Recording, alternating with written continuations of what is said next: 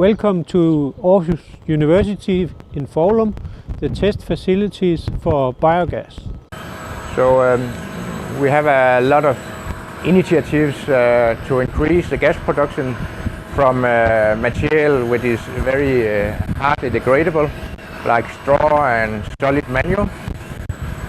One of the technologies we are making research at the moment is ultrasonic treatment of biomass.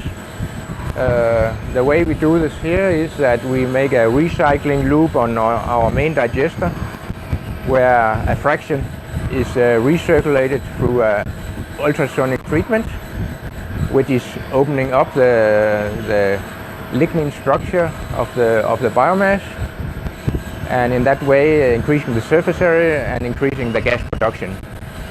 Furthermore, it has a very high impact on viscosity.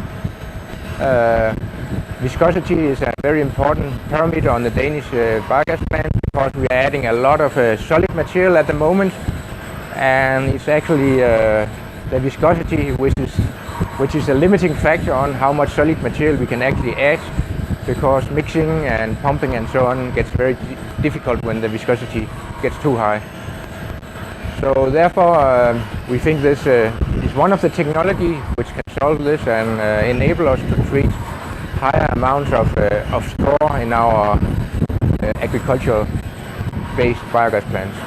Test facilities here in Foulum are among the biggest test facilities in the world, and they have various pre-treatment facilities, as you can see here, for treatment of solid biomasses going into the biogas.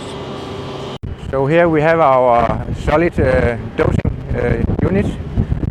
We treat a lot of solid material in our biogas reactor, that is mainly straw and grass from set-aside areas and solid manure. And we mix it all together in this dosing unit, and all the solid material is afterwards treated in extrudation unit, which macerates the biomass and grind it, and in that way makes it possible to treat together with the liquid manure. Since we have all this solid material, we have some challenges of how to mix it and so on. So we have to have a certain amount of liquid manure mixed into the material. So in part of the year we are running our biogas plant in an organic mode. This means that we treat mainly substrate and biomass from organic farming, which means that we can make a fertilizer product that can be used in organic agriculture.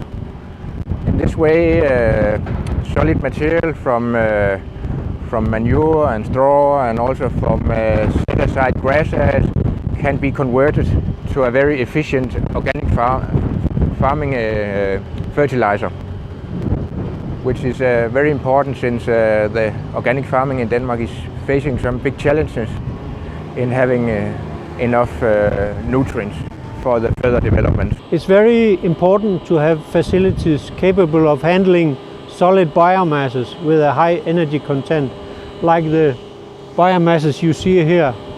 They are cheap and they are very energy rich and contribute to the feasibility of the biogas production. In the background you see the biggest reactor at the plant, a 1200 cubic meters biogas reactor capable of handling solid and liquid biomass of various kinds. And this is some of the storage facilities for liquid biomasses coming from outside and being used in the test and trials. And here in the background, some of the gas cleaning facilities used to clean the gas for sulfur before it's used in gas engines. After the biogas digesters, there's a possibility to separate the degassed biomass in a solid and a liquid fraction in both a filter press and a decanter centrifuge. This is the feeding unit for our research reactors. We have two lines where we can treat solid material, which we can mix with a range of different liquid materials. So in that way we can run parallel experiments where we are testing different treatments of solid material, and we can also test different ratios of liquid to solid in our pilot reactors. This is our 4 pilot reactors where we do research in upscaled sizes. When we have done tests in lab scale, the most promising tests we scale up to this level where we have a 10 and 30 cubic meter reactor size. We can monitor all important components online like pH, conductivity and so on. And we can run parallel tests on different treatments in this size. This is a very good size for research because it can cover this gap between the lab scale and the full scale. And before we can go from research scale to full scale, we can test it under real conditions. As you can see here, the tanks are equipped with all kinds of measuring devices and steering, insulated, and they are running 2 lines in parallel. Besides optimizing of the gas production, we also do a lot in gas upgrading. The ways we work with gas upgrading is mainly converting the CO2 in the biogas to methane. That can be done in several ways. We do injection of hydrogen directly into the biological process in our main digester. But besides that, we also work with the catalytic way. So in the catalytic way, we produce hydrogen with an electrolyzer, and then we convert the CO2 and the hydrogen in the process to methane by the Sabatier process. The reason why this is interesting is that it's a way to store electricity.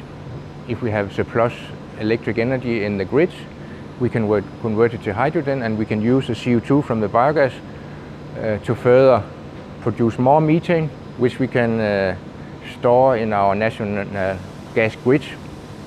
And in that way we have a very efficient way in storing electric energy when we have a surplus, which is very important in Denmark with a very high share of wind power. This Sabatier process is developed by the Danish company Haldor Topsøe, which use this process for upgrading the CO2 in the biogas to methane that can be put into the national gas grid. This is our research laboratory here at the biogas plant.